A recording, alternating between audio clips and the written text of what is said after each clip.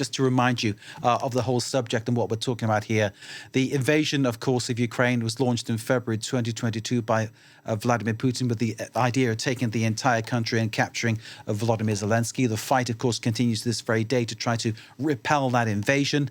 And over the past year, 2 years, there's been a real change in how Ukraine's forces have been managing on the field.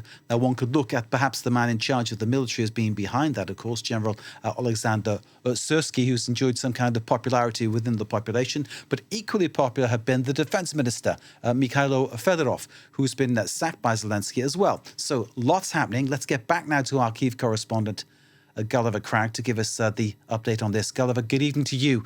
Let's try to relaunch you on this one then.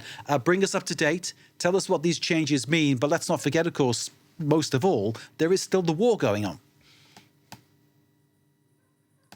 Well, this is really a victory for the protesters who took to the streets a week ago after the decision to fire Mikhailo Fedorov as defence minister. First of all, their main demand was to reinstate the defence minister, and we still don't know if that's going to happen. Fedorov's further fate is as yet unknown. Volodymyr Zelensky's statement didn't say anything about him, but very soon when it emerged that Mikhailo Fedorov had been fired essentially because of his conflict with the Chief of Staff, Alexander Syrsky, protesters started demanding in no uncertain terms that Alexander Syrsky be fired. And it really became their main demand. I was at the protest in Kyiv yesterday, and there was a strong feeling there that this was only going to be a matter of time, that the protesters would be listened to and be heard by Volodymyr Zelensky, even though there are no elections in Ukraine at the moment, or perhaps because there are no elections in Ukraine at the moment.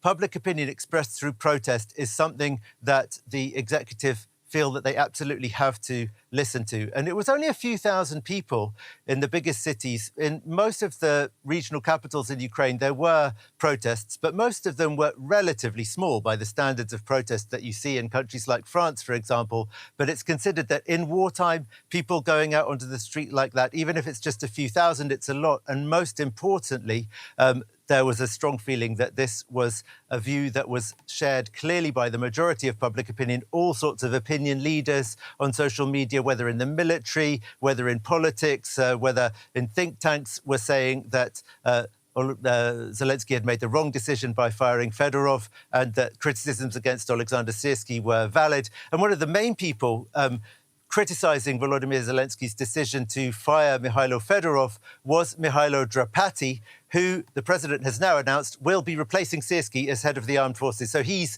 Fedorov's ally. He is the one that Fedorov wanted to see in that place. And he is definitely the one that most of the protesters I spoke to yesterday wanted to see named into that position to replace Alexander Syrsky.